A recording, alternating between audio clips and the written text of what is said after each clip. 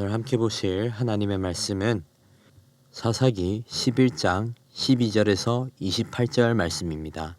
입다가 암몬 자손의 왕에게 사자들을 보내 이르되 네가 나와 무슨 상관이 있기에 내 땅을 치러 내게 왔느냐 하니 암몬 자손의 왕이 입다의 사자들에게 대답하되 이스라엘이 애굽에서 올라올 때에 아르논에서부터 야복과 요단까지 내 땅을 점령했기 때문이니 이제 그것을 평화롭게 돌려달라 하니라.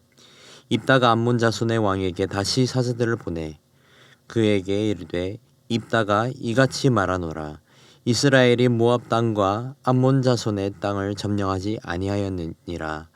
이스라엘이 애굽에서 올라올 때에 광야로 행하여 홍해에 이르고 가데스에 이르러서는 이스라엘이 사자들을 에돔 왕에게 보내어 이르기를 정하건대 나를 네 땅 가운데로 지나가게 하라 하였으나 에돔 왕이 이를 듣지 아니하였고 또 그와 같이 사람을 모압 왕에게도 보냈으나 그도 허락하지 아니하므로 이스라엘이 가데스에 머물렀더니 그 후에 광야를 지나 에돔 땅과 모압 땅을 돌아서 모압 땅의 해 뜨는 쪽으로 돌아가 아르논 저쪽에 진쳤고 아르논은 모압의 경계이므로 모압 지역 안에는 들어가지 아니하였으며 이스라엘이 헤스본 왕 곧 아모리 족속의 왕 시온에게 사자를 보내어 그에게 이르되 청하건대 우리를 당신의 땅으로 지나 우리의 곳에 이르게 하라 하였으나 시온이 이스라엘을 믿지 아니하여 그의 지역으로 지나지 못하게 할 뿐 아니라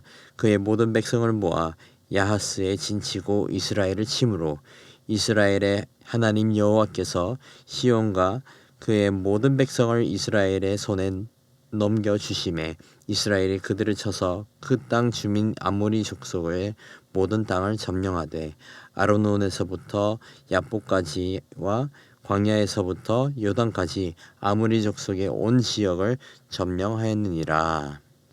오늘 본문에서는 암몬 자손의 왕이 군대를 이끌고 이스라엘과 입다의 앞으로 찾아온 내용입니다.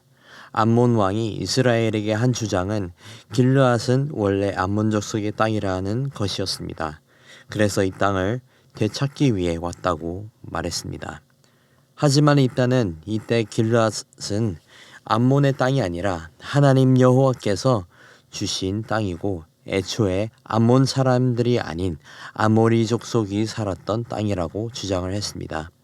그렇게 길르앗 땅의 분명한 소유권은 이스라엘에 있다고 입다는 전했습니다. 암몬 왕은 논쟁을 통해 길르앗 땅에 대한 소유권을 주장하기 위해 군사력으로 명백하게 위협을 가했습니다. 하지만 입다는 그의 주장과 그의 부당한 행동에 대해서 역사적으로 변증을 했습니다. 오늘 본문의 12절에서 13절은 이 영토 문제로 협상을 시작합니다. 입다는 암몬 자손의 행동에 부당함을 제기했습니다. 그리고 암몬 왕은 길르앗 땅은 원래 자신들의 땅이니 평화롭게 돌려달라고 요구합니다. 13절 말씀입니다. 암몬 자손의 왕이 입다의 사자들에게 대답하되 이스라엘이 애굽에서 올라올 때에 아르논에서부터 야복과 요단까지 내 땅을 점령했기 때문이니 이제 그것을 평화롭게 돌려달라 하니라. 암몬 왕은 평화로운 방법으로 협상을 통해 땅을 돌려받겠다고 주장을 했지만 실상은 달랐습니다. 암몬 왕의 주장은 역사를 왜곡한 야욕이었고 이전에 4절에서 나와 있듯이 협박에 가까웠습니다. 4절 말씀 읽어드리겠습니다. 얼마 후 암몬 자손이 이스라엘을 치려 하니라. 암몬 왕은 명백하게 앞에서는 평화를 외쳤지만 속으로는 진짜 의도를 숨기고 있는 교활한 사람이었습니다. 이어서 암몬 왕의 주장에 있다는 이 논쟁의 주제였던 길르앗 땅의 300년 역사를 근거로 하나님이 이스라엘에 주신 기업이라고 반박합니다. 21절 22절 말씀입니다. 이스라엘의 하나님 여호와께서 시온과 그의 모든 백성을 이스라엘의 손에 넘겨주심에 이스라엘이 그들을 쳐서 그 땅과 주민 아모리 족속의 온 땅을 점령하되 아르논에서부터 야복과 광야에서부터 요단까지 아모리 족속의 온 지역을 점령하였느니라. 이렇게 본문 내용을 살펴보면 우리는 암몬 왕을 통해 그리고 입다의 변증을 통해 깨닫게 되는 것이 몇 가지 있습니다. 먼저 암몬 왕은 거짓을 주장하면서 길르앗을 빼앗으려 하는 탐욕에 이끌려 행동했던 것입니다. 결국 탐욕으로 거짓말을 하게 됐고 군대를 이끌고 와서 평화롭게 협상한다라는 말로 협박을 하고 있었습니다.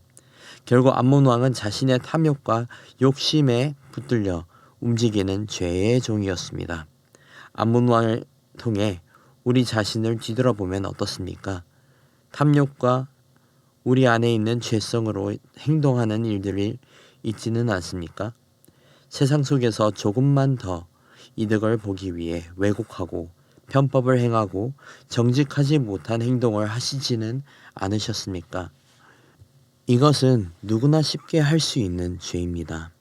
암몬 왕이 탐욕에 빠져 행동했듯이 우리도 그럴 수 있습니다. 하지만 하나님의 백성은 탐욕에 이끌려 사는 것이 아니라 오직 하나님의 공급하심과 하나님의 은혜로 살아야 함을 기억하시길 바랍니다.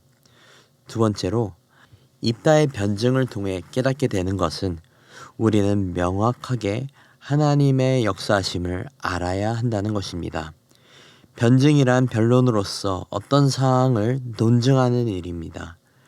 누구의 의견이 맞고 틀린지를 사실 바탕으로 변호하고 주장하는 것이죠. 입다는 이스라엘의 출애굽 역사부터 가나안에 들어서는 역사를 잘 알고 있었습니다. 그가 알고 있는 역사는 하나님이 항상 그 중심에서 이끌고 계셨음을 알고 있었습니다. 하지만 만약 그가 역사를 몰랐다면 아몬 왕의 주장과 협박에 물러설 수밖에 없었을 것입니다. 그만큼 입다가 이스라엘을 지키기 위해 하나님의 역사를 기억했던 것입니다. 오늘날도 우리는 비슷한 협박을 받고 살고 있습니다.